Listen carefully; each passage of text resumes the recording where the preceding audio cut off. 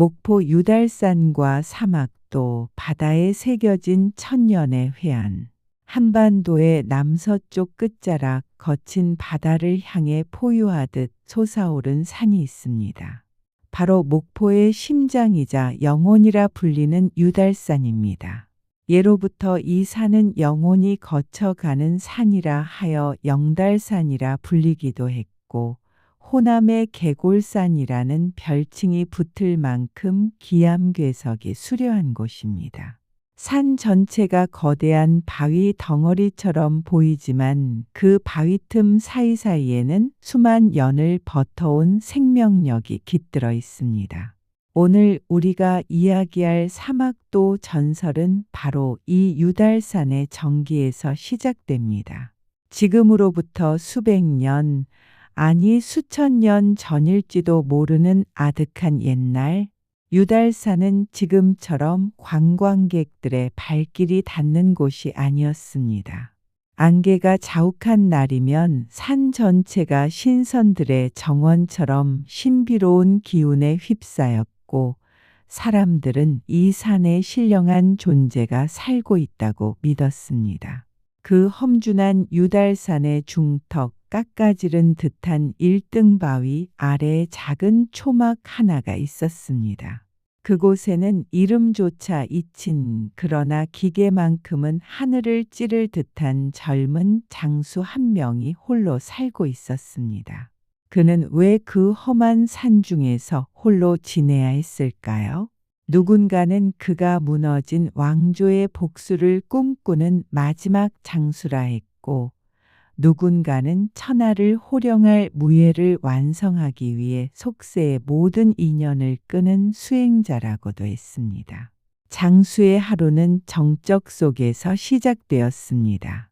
동이 트기도 전 차가운 새벽 이슬을 맞으며 폭포 아래서 몸을 씻고 날카로운 칼날이 공기를 가르는 소리로 산의 정적을 깨웠습니다. 그의 검술은 바람을 가르고 그의 활솜씨는 구름 너머의 목표물조차 놓치지 않았습니다. 하지만 그의 눈빛은 언제나 고독했습니다. 대의를 위해 자신을 죽여야 하는 수행자의 운명이 그 눈 속에 깊게 고여 있었기 때문입니다. 장수가 휘두르는 칼날에는 망설임이 없었지만 그가 마주하는 밤은 한없이 길었습니다. 유달산의 바위들은 그의 유일한 대화 상대였고, 바다 건너 들려오는 파도 소리는 그가 듣는 유일한 음악이었습니다. 그는 스스로를 세상으로부터 격리시켰습니다. 인간의 감정은 수련의 방해가 될 뿐이라고 생각했기 때문입니다. 하지만 운명은 가장 예기치 못한 순간에 그에게 다가왔습니다. 유달산 자락 아래 파도가 잔잔하게 밀려드는 갯마을에는 평범하지만 따뜻한 사람들이 살고 있었습니다. 그 마을에는 유독 눈에 띄는 3명의 아가씨가 있었죠. 그녀들은 자매처럼 늘 붙어 다녔으며 마을 사람들은 그녀들을 가리켜 유달산의 새 꽃이라 불렀습니다. 그녀들의 미소는 거친 바다 일을 마친 어부들에게 위안이 되었고, 그녀들의 노랫소리는 마을의 자랑이었습니다. 그녀들은 매일 아침 유달산 중턱에 있는 맑은 우물가로 물을 기르러 올라왔습니다. 물동이를 머리에 이고 가파른 산길을 오르는 것은 고된 일이었지만 그녀들에게는 그 힘듦을 잊게 해주는 오직 하나의 비밀스러운 즐거움이 있었습니다. 바로 숲 너머 바위 위에서 무예를 닦는 젊은 장수의 모습을 멀리서나마 지켜보는 것이었습니다. 처음에는 그저 신기함과 경외심이었습니다. 저토록 수려한 장수가 왜 이런 험한 산중에 홀로 있을까 하는 호기심에서 시작된 마음은 시간이 흐를수록 걷잡을 수 없는 연모의 정으로 변해갔습니다. 장수가 칼을 휘두를 때마다 튀는 땀방울, 활시위를 당길 때의 단단한 근육 그리고 수련을 마친 뒤 바다를 바라보며 내뱉는 깊은 한숨. 그 모든 것이 새 아가씨의 가슴 속에 사랑이라는 이름의 씨앗을 심었습니다. 그녀들은 직접 말을 걸 용기는 없었지만 자신들만의 방식으로 마음을 전하기 시작했습니다. 장수가 잠시 자리를 비운 사이 그가 쉬는 바위 위에 예쁜 산꽃을 꺾어다 놓기도 하고 정성껏 빚은 떡이나 달콤한 산딸기를 나뭇잎에 싸서 몰래 두고 오기도 했습니다. 장수의 낡은 초막 옆에 정갈하게 손질된 옷감을 두고 오는 날도 있었죠. 그것은 소리 없는 고백이었고 차가운 장수의 삶에 건네는 따뜻한 온기였습니다. 무쇠 같은 의지를 지닌 장수였지만 그 역시 피가 흐르는 인간이었습니다. 매일같이 자신의 주변을 맴도는 새 아가씨의 존재를 모를 리 없었습니다. 처음에는 무시하려 애썼습니다.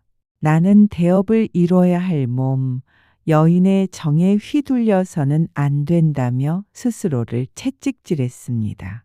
하지만 사람이란 참으로 묘한 존재입니다.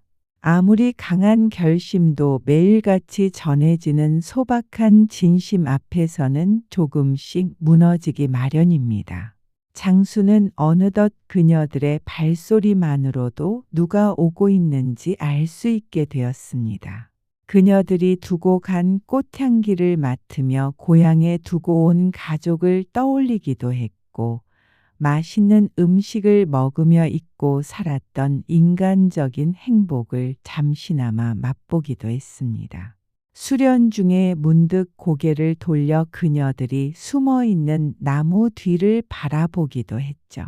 그럴 때마다 장수의 가슴 속에서는 대의와 연정이라는 두 마음이 격렬하게 충돌했습니다. 나의 길은 고독해야 한다. 내가 이들을 곁에 두면 저들 또한 위험해질 것이다. 장수는 밤잠을 설치며 괴로워했습니다. 달빛 아래서 검을 휘둘러 봐도 잡념은 사라지지 않았습니다. 오히려 칼날에 비친 자신의 얼굴이 처녀들의 슬픈 눈망울과 겹쳐 보였습니다. 이것은 장수에게 있어 인생에서 가장 힘든 싸움이었습니다.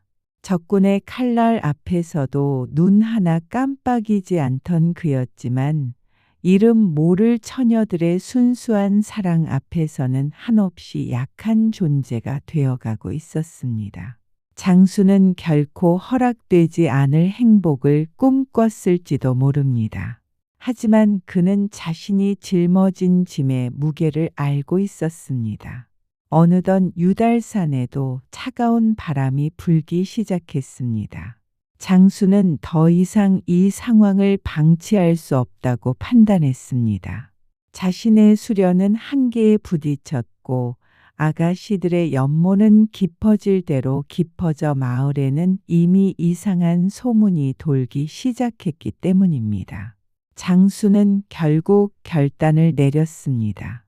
이 가련한 영혼들을 자신으로부터 떼어놓는 것만이 그녀들을 지키고 자신의 대업을 완수하는 길이라 믿었습니다. 보름달이 유난히 크게 뜬 어느 밤 장수는 새 아가씨를 자신의 초막 앞으로 불렀습니다. 장수의 갑작스러운 부름에 그녀들은 설레는 마음을 감추지 못했습니다. 드디어 장수께서 우리의 마음을 받아주시려나 보다 생각하며 가장 고운 옷을 입고 산을 올랐습니다. 하지만 그녀들을 기다리고 있었던 것은 따뜻한 미소가 아니라 서리가 내린 듯 차가운 장수의 목소리였습니다. 장수는 그녀들의 눈을 피하며 단호하게 말했습니다. 그대들의 정성은 고맙지만 나는 속세의 연을 맺을 수 없는 몸이다. 나를 향한 그대들의 마음이 깊어질수록 나의 돈은 무너지고 말 것이니 부디 내일 새벽 이 마을을 떠나 다시는 나를 찾지 말아다오. 이것이 내가 그대들에게 줄 수 있는 마지막 배려다. 청천벽력 같은 말에 새 아가씨는 그 자리에서 주저앉아 통곡했습니다. 그저 멀리서 바라만 보게 해달라고, 물 한 바가지라도 건넬 수 있게만 해달라고 애원했지만 장수는 냉정하게 등을 돌려 초막 안으로 들어가 버렸습니다. 닫힌 문 너머로 장수 또한 입술을 깨물며 눈물을 삼켰지만 그녀들은 알지 못했습니다. 밤새도록 유달산에는 여인들의 울음소리와 장수의 거친 숨소리가 뒤섞여 흘렀습니다. 이튿날 새벽 목포 앞바다에는 손을 뻗으면 잡힐 듯 짙은 해무가 깔렸습니다. 새 아가씨는 장수의 명을 거역할 수 없었습니다. 그녀들은 정든 마을을 떠나기 위해 작은 나룻배 한 척에 몸을 실었습니다. 어디로 가야 할지도 모르는 채 오직 장수의 곁을 떠나야 한다는 슬픔만이 배 안에 가득했습니다. 배가 포구를 떠나 안개 속으로 서서히 사라질 때 그녀들의 마음은 이미 산산조각이 나 있었습니다. 노를 젓는 손길에는 힘이 없었고 배는 파도를 따라 힘없이 일렁였습니다. 같은 시각 유달산 정상 1등 바위에 선 장수는 안개 너머로 가물거리는 배를 내려다보고 있었습니다. 드디어 떠났구나 하며 안도하려던 찰나 장수의 가슴 속에서 억눌러왔던 감정이 폭풍처럼 터져나왔습니다. 대의라는 명분이 얼마나 부질없는 것인지, 사랑하는 이들을 사지로 내몬 자신이 얼마나 비겁한지 깨닫는 순간이었습니다. 가지 마라. 이대로는 안 된다. 장수는 미친 듯이 소리치며 산을 내려가려 했지만 이미 배는 안개 속 깊숙이 들어가 버렸습니다. 당황한 장수는 어떻게든 배를 멈추게 하고 싶었습니다. 자신의 진심을 전하고 싶었습니다.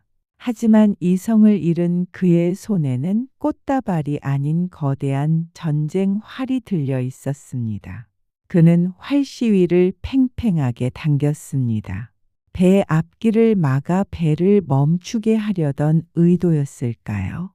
아니면 이룰 수 없는 사랑에 대한 극단적인 선택이었을까요? 장수의 손을 떠난 화살은 비명처럼 안개를 뚫고 날아갔습니다. 그리고 운명은 가장 잔혹한 각본을 써 내려갔습니다. 장수가 쏜 화살은 정확히 배의 밑바닥을 관통했고 차가운 바닷물이 순식간에 차오르며 배는 기울기 시작했습니다. 새 아가씨는 비명을 지르며 서로를 붙잡았습니다. 가라앉는 배 위에서 그녀들이 마지막으로 본 것은 유달산 정상에서 울부짖는 장수의 실루엣이었습니다.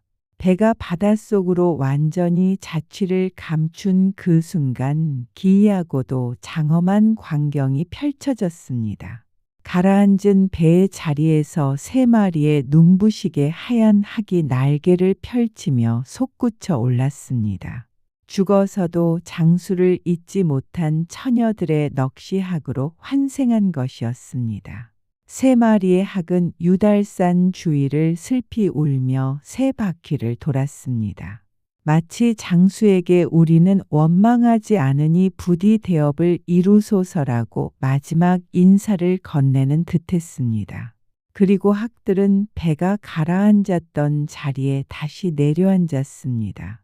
그들이 내려앉은 자리마다 거대한 바위가 솟아났고 그것은 곧 세 개의 섬이 되었습니다. 이것이 바로 목포의 전설적인 섬, 사막도의 탄생입니다. 장수는 그 자리에서 돌처럼 굳어버렸습니다.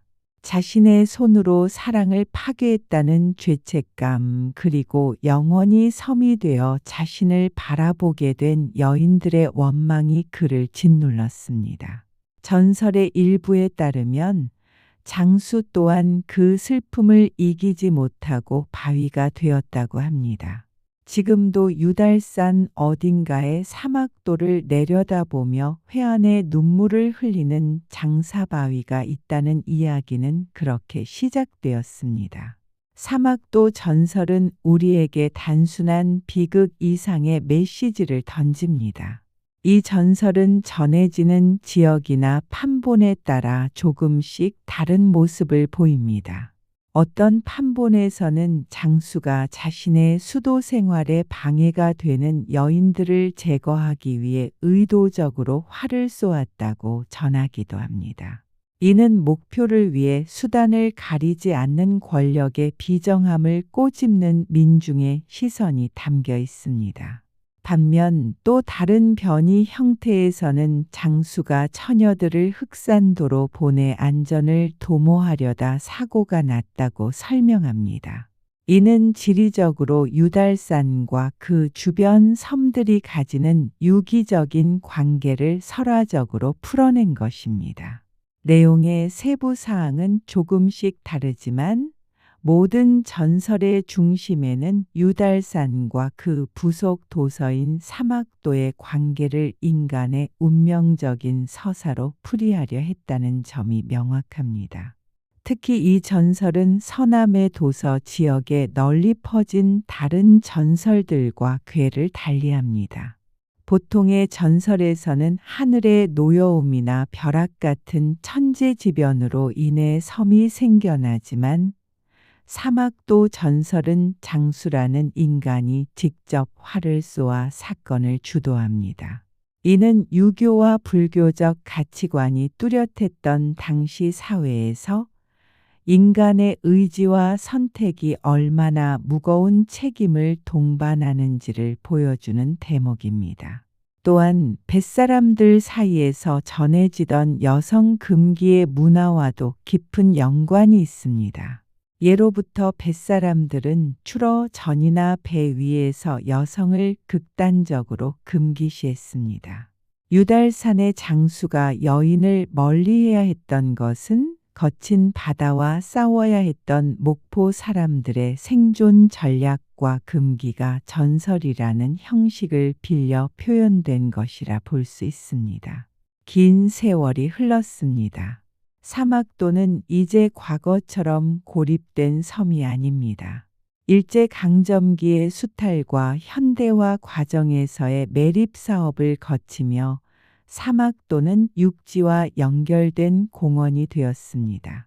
한때는 공장지대가 들어서고 옛 모습을 알아볼 수 없을 만큼 훼손되기도 했지만 목포 사람들은 사막도를 포기하지 않았습니다.